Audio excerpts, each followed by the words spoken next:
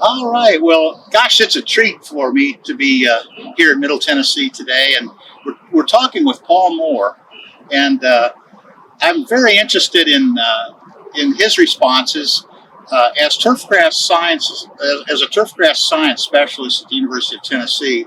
I've known for many years that Tennessee homeowners are often frustrated in that they're expecting turf grasses to perform well in dense shade. And I want to encourage many homeowners that are currently battling moss in lawns where the turf grasses are just not well adapted to consider alternatives to those turf grasses. But I wanted to take this opportunity to talk a little bit with Paul about his passion for native plants, the retail garden center business, Right.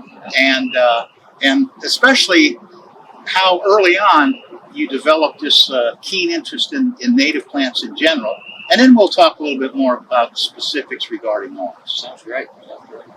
Well, for me, it started, the native plant thing started for me in the kind of the mid 80s. We're building our first home, where we are here now. And I had just started learning a little bit about native plants just through hiking and my interest in photography.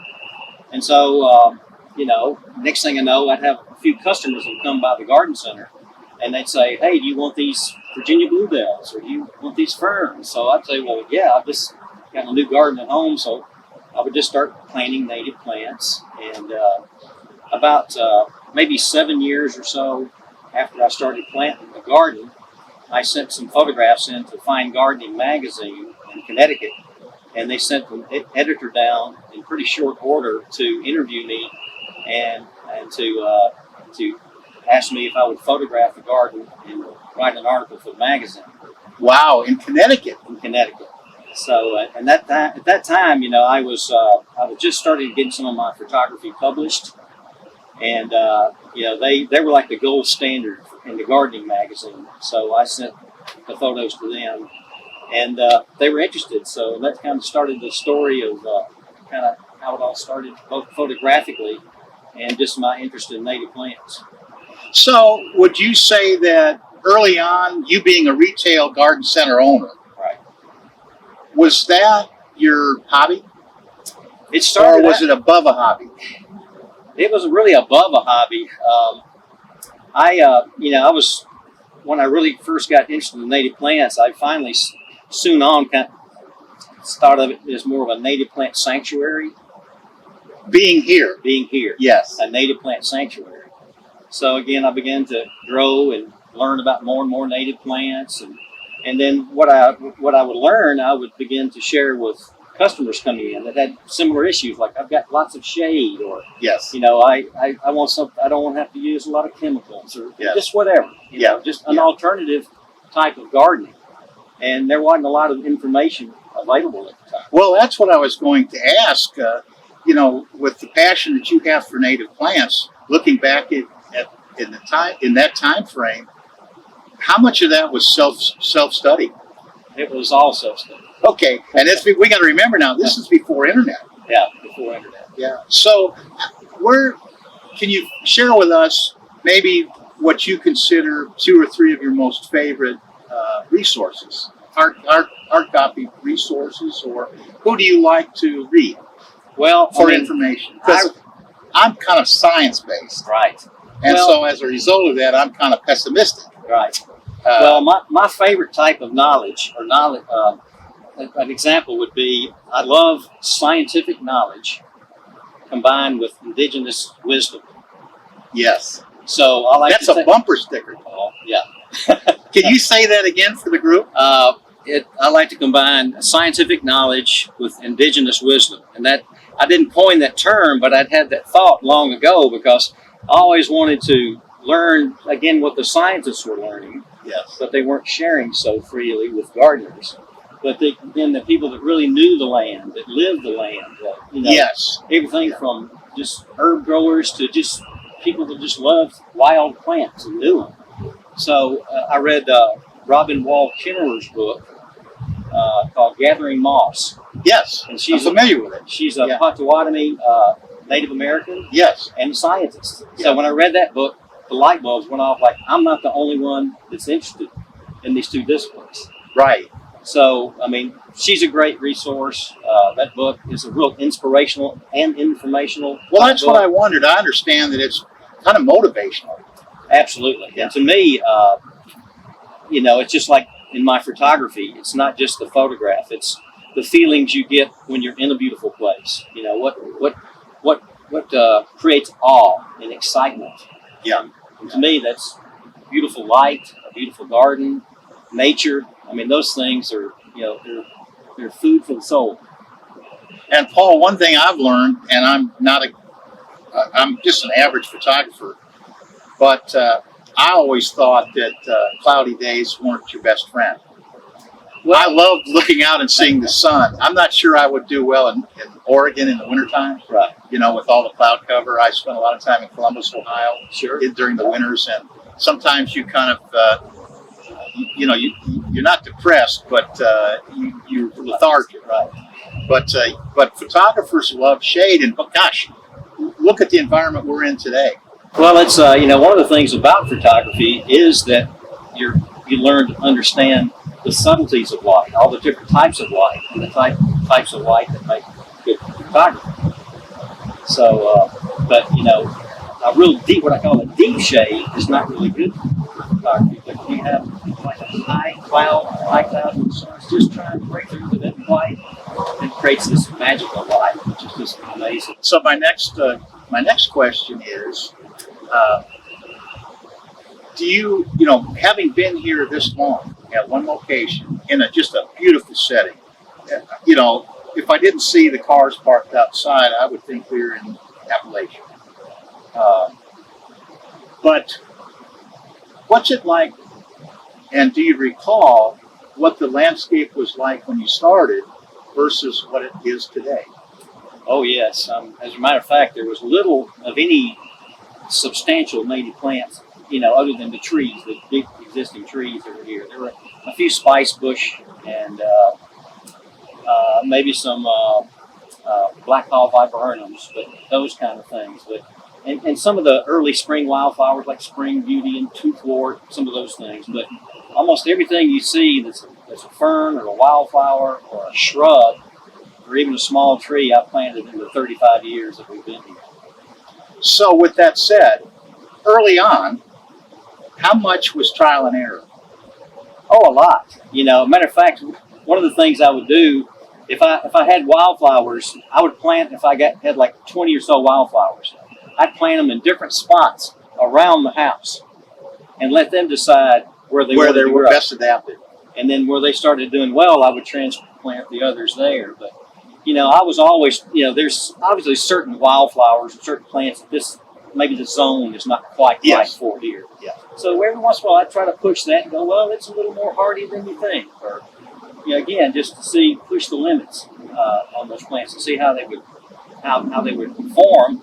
And that way, when I had my garden center business, I could go and say, hey, this plant, they show it as a zone 8, but it's maybe a zone 6, so it's much more winter hardy. And there's, like you mentioned earlier, there is such a thing as local knowledge and appreciation for what do we know from a practical perspective. Absolutely. And it's really nice when science pretty much documents the practical aspect. Absolutely. Yeah. Well, let's talk a little bit about native warm season grasses. Okay. I'm a turfgrass science and management specialist, Right. so, and I work. I love my job. I work with golf courses. I work with sport. We're all about sports field safety, and we greatly appreciate the fact that our turf grasses have a very fibrous root system and can secure soils. I tell people, if you're happy with your lawn, then I'm happy. My goal is to make sure that the soil stays in place because that's the resource that we want to keep in place. We want to make sure that's secure. So I studied at Oklahoma State University and in Stillwater in Oklahoma. We embraced a lot of the native warm seasons grass species. So I think there's a kinship here in terms of, yes, there's a place for natives. There's a place for exotics. In my world, Sure. um, but let's speak a little bit about the mosses. Okay. And if you don't mind, let's frame this. You as a garden center owner and retailer, I'm sure that you've probably sold your fair share of creeping red fescue Oh yes, for shade. absolutely. So, and I sense the frustration that many people have in its non-performance when you plant it at the wrong location. Was that any kind of a stimulus for you to embrace other species than the grasses? Well, Because you've built, it sounds like you had a recurring clientele that you really got to know. absolutely. And they relied on you for your expertise. Right, and when I was in the garden center business, whatever someone bought, you wanted to have them have success with it, no matter Exactly. what, because you're the guy. If you develop a relationship, they trust you, and you better tell them right. Yes. They know where you live. Okay, and you started that business what year? Well, the original location started in 1980. Okay. And about the same time that we started to find that many people were interested in the natives, but also there was an appreciation for landscapes, period, and the value the landscape could contribute to the value of the home. Yes. As a real estate, from a real estate perspective. But so we're gonna move away from the fine fescues now, and you've got a clientele that's really counting on you for guidance.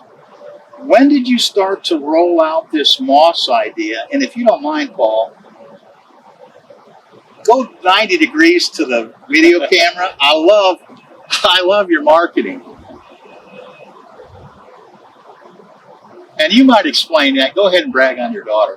Well, yeah, both my daughters are quite talented, both great writers and real industrious and great, with all the internet things and just whatever, all that kind of stuff. So I've written my original T-shirt that said "Moss Man, Defender of the Environment," and then so we updated it with the Moss Movement. It's slow. So she helped me come up with that idea. And based on the limited amount of expertise I've gained in the moss arena, it is slow. It is slow. It is slow, and some varieties are much slower than others. But what really started it for me was, again, I was having such poor luck with the fescues, and everything else in my garden was basically native, or 98% native plants. And this used to be all just turf grass. Right. And so I remember one fall, I got, the grass was almost completely gone, just had died, except for this one section that we're in right now. And I had one little patch of moss about this big, not far from that where you you're had not cultured. that I had not cultured. Okay. And I said, I am tired of spending money on the grass seed and not having results and having to do it every year. And you own a garden center. And I owned a garden You were center. buying wholesale. And I knew the best seeds, the best fertilizers, the best techniques, all that stuff. Yeah. So anyway, I let that one patch grow all fall, kept the debris off of it. That's the critical thing. Kept all the debris off. And then by the next year, the moss had migrated to fill most of the area. Now, it wasn't full yet, Right. but it was happy. And I said, I'm just going to see what happens. So by the next year, the following year, really the third year, it was gorgeous. Now, did you see the sporophytes? Yes. Okay, so I barely knew what they were. Well, me too. 2 months ago, I didn't know much about that either. But so, how do you think that moss actually expanded? Well, first of all, moss does not like competition. Right. And moss likes poor soil, compacted soil, poor drainage, all the things that are Heavy clay, probably. heavy clay. Well, no clay up here. No, but yeah. But typically, that's one thing so the poor soil you have is where the moss is going to be really the most happy. Yes. Well, you might get a kick out of this. The first email I ever received at the University of Tennessee, Now we have battled mosses in golf greens that are maintained at 1/8 of an inch cutting height. There's one called silvery thread moss that we still, and they're growing in a media that's maybe 90% sand and 10% peat moss, and it's being mowed at 1/8 of an inch. Yet, so these mosses, they're primitive plants in that they lack a network of phloem and xylem, or the transpirational. Exactly, they don't have the vascular system advancement that some of our other species have, yet they're opportunistic. And it's interesting because when we talked earlier today, I mentioned, well, from what I understand, Paul, we've got categories of moss that will grow well on soils, categories of moss that will grow well on rock, and categories of moss that will grow on, well, let's say tree trunks. And what did you tell me we call that? The different surfaces are called substrates. Exactly. Now that's a really good word, because I've studied plants and soils, and I love the interaction between the plants and the soils. But in this case, mosses have the capacity to soften a hardscape. Oh, absolutely. Yeah. You know, mosses, they don't have a root system. Again, not being a vascular plant, they attach to the ground via rhizoids, and it almost just kind of like a suction cup that adheres to the soil. And it requires no fertilizer. They get all the nutrients from dust particles and rain. Obviously, there's no mowing involved, and you've got something that's green and beautiful year-round. Yes. I love the fact that, and the more I look into this, the more I realize that people that sell moss or retail moss or wholesale moss, there are those folks that actually are members of a native plant society and subscribe to ethical. Some people that I've talked with have actually recovered mosses in areas that were going to be destroyed or were being compromised. Absolutely. That's where a lot of, my source, they get theirs from rescues. They get the call like, hey, they're coming in with a bulldozer. Get here with your crew, Yeah. Well, this is an example of where I've collected some moss from another area, and I've got this little bare spot right here, almost as big as my shoe there, and I'm just going to place these in there.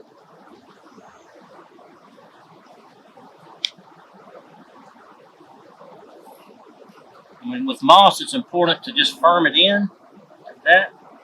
Put those edges down. We're going to make contact. Those edges down.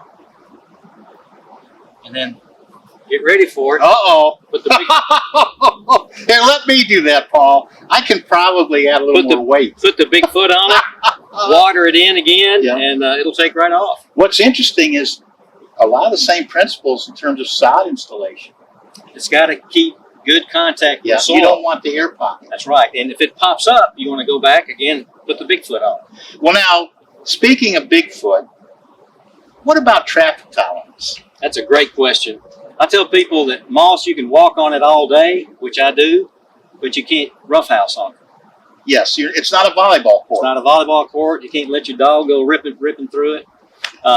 If an animal, like a deer comes through, and if they upturn it, it's easy to kind of patch back a little spot. Yes. But again, if you've got a herd. You got a herd, you got an issue. Okay. Fantastic. So, if we come back in 7 days, and the way you've transplanted that, if you're in sod production and sod installation, if we're going to lose a certain number of plants, it's generally occurring on the edges. Mm-hmm. And a lot of that is due to a drying wind. Right.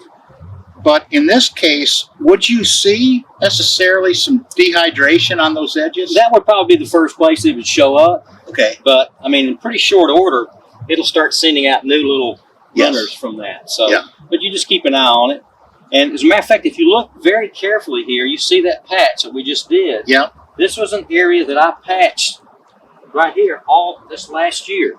There were probably 30 or 40 little pieces about this big that I patched this area. It was kind of thin in this area. And it's almost like grown together in one season. And this is a relatively sunny spot. Well, it's sunny right now. I get a window of 2 or 3 hours of direct sun as the sun comes directly over. Well, speaking of that now, because this is something that has always intrigued me, when it comes to the turf grasses used along our roadsides, sometimes a north-facing slope would have a totally different botanical composition than a cut slope that's facing south. Right, absolutely. So in this particular landscape, I know the sun's in my eyes today, but how does the sun track here? East, that first section over there is the morning sun. Okay. And then that's the afternoon sun. So that's south and west. North this way. Okay. So now, when the hardwood trees lack foliage, the area is going to receive a little more sunlight. Absolutely. Yeah. Well, let's think about soil temperature and moss. Okay. I guess I'll just ask it this way: what about frozen conditions? That's where moss shines. In fact, I've got photos of moss with sporophytes on it pushing up ice crystals. See, that's fantastic. But and I've also read that they found moss in ancient ice. Yes, explain that, because that's fascinating. In frozen. I mean, in ice, like in a glacier. Yeah. And of course, thousands and thousands of years old, and millions of years old maybe. And then so they were able to get the moss out, and it's viable. And it's viable. Well, and the limited amount of reading I've done, mosses they basically adapted some species from the Antarctic to the Arctic. Right. I think Antarctica is maybe the only continent where it doesn't grow. Yeah. I think there's like 22,000 varieties of mosses and like about 450 in the United States. Well, and I didn't realize this, the aquatic. There are mosses that will actually thrive in water. The sphagnum mosses. A lot of people don't realize too that sphagnum moss was used as a bandage during like the Civil War. Yeah, exactly. And, well, didn't they? But wasn't that found by the medics when they went into to evaluate the wounded during the war? They noticed that in some soils where the wound was actually had some soil on the surface of the wound healed much quicker. More quickly. I think it's more due to that might have been the bacterial or the microbiology. Right. I think the fact that it has loft creates some airspace around the wound. Oh, it's also acidic. Yes. And I think this is my theory. The acidic part, bacteria doesn't like an acidic environment. It likes a more alkaline environment. So I think between the loft, and I think I also remember reading maybe that it actually has some iodine in it. The sphagnum moss might have a little natural iodine. I'm not 100% sure about that part, but so I didn't finish my story about the first email I ever received at the University of Tennessee on the computer, and the question was, how do we culture moss? And so throughout much of my career, particularly we mentioned the bent grass or the greens and the silvery thread moss that was capable of growing in a media that's 80-90% sand. The bottom line is, I thought to myself, okay, what do we do in terms of the inverse of trying to control it? So I wrote the person back. I said, it doesn't hurt if the soils are compacted or compressed. It doesn't hurt if you're in restricted airflow. Don't worry about limbing anything up. Embrace it, and then do transplant if you can. Sure. Yeah. When it's, and I don't know, in your experience, what's the best time to transplant? That's a cool thing about moss. You can do it really almost any time. I might avoid doing it just in the dead of summer, but winter's fine. Yeah. Any other time is fine. Just watch the water, especially initially. Right. And what I tell people, if you're doing this is a pretty important part. If you're doing a pretty good size area, what I'll do to keep the animals off of it is I'll put like a porch screen down. Yes. And use like round staples. Yep. Just keep the animals off for a while and get a chance to take hold. And you don't want to leave it on so long it starts to grow through the screen. Or it'll secure it. Right. Yeah. But that's a great way to make sure it get affected from animals, birds initially. Paul, we were talking about where mosses grow well and the fact that mosses can grow on rock. And then you made the observation you had a friend that had a home that had a slate roof. Right. This home is a 100-year-old home with a 100-year-old slate roof, and this is in full sun. It was covered in the Hedwigia ciliata moss and lichens, and they were thriving. Now, when I've seen it, when it's dried, it looks just like a Brillo pad, just horrible looking. Yeah. Least bit of water, green as it can be. Okay. And there's some other moss. There's one called Entodon seductrix, which you'll see a lot of times growing on pavement, like in Warner Park. It's growing on the asphalt. That's the substrate on the edges of the asphalt. Well, or rocks, paths. Like, would you expect to see that? Now that's more of a full sun. Not necessarily full, but it's sun tolerant. I've seen it like growing on rocks and some pretty sunny spots. Because I've also learned that it's quite common for certain species of moss to grow into the paths that we walk on in the natural area, Sure. Yeah. Smoky Mountains. Sure. In Appalachia. Yeah. They'll again, a lot of times too, if you'll find a trail, and if it's got these little banks on either side, the moss will be all over those banks on either side. Again, it's opportunistic. Yep. And it grows, and again, no competition. No competition. Right. But erosion control. It's great for that.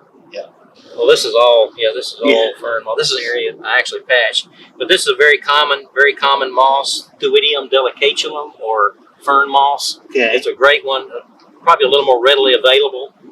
Good. Okay. And also one that transplants. So, Paul, if you don't mind, share with us, for somebody that's just starting out and wants to maybe take a look at a half a dozen or a dozen different species of moss, where would you recommend, or who might you recommend that they contact? Well, I would definitely check with mountainmoss.com. They sustainably harvest moss. They do rescues, that type thing, and you can get like what I did. I started with some sample trays. Okay. That way, instead of ordering a whole flat of one kind and a whole flat of another, which still is not a bad idea, but if you want to just see more of a range of mosses, or even buy even larger amounts of moss, that's a great resource. And even her website, mountainmoss.com, is great. Very informative. Right. And she's got a wonderful book that she produced by Timber Press, Magical World of Moss Gardening. Highly recommend it. Great read. It's got a lot of top mosses in it for gardeners. Pictures? Lots of pictures. They're the best. That's right. Okay. Paul, I want to thank you so much for the invitation today, and I was just so impressed to get to meet Thank you. and pick your brain a little bit. Well, it was certainly fun. Anybody that gets excited about moss or native plants as much as I do, I'm having fun. So. Oh, good deal. Well, this is one reason we're here today is for me to learn more, which I think you would agree, you and I are both lifelong learners. Absolutely. And we still got a ways to go. Yes. I don't know what I want to do when I grow up. But I know what I do want to do, and that is to help Tennessee homeowners relieve some of their angst and their expenditures regarding planting turf grasses in areas in the landscape in which they're not adapted. Sure. And so you're sharing your knowledge not only of the native plant materials, but specifically moss. It's just been instrumental and very helpful for what we're trying to get done at the University of Tennessee Extension. Well, that's great. Well, I just, again, helping the homeowner, just solving problems that's what we do, is try to help them solve problems. Yeah. Well, thank you again much for having us. Appreciate it. Thank you. I've had a blast. Yep. I've laughed so much my face hurts. Me too. Okay. We did good.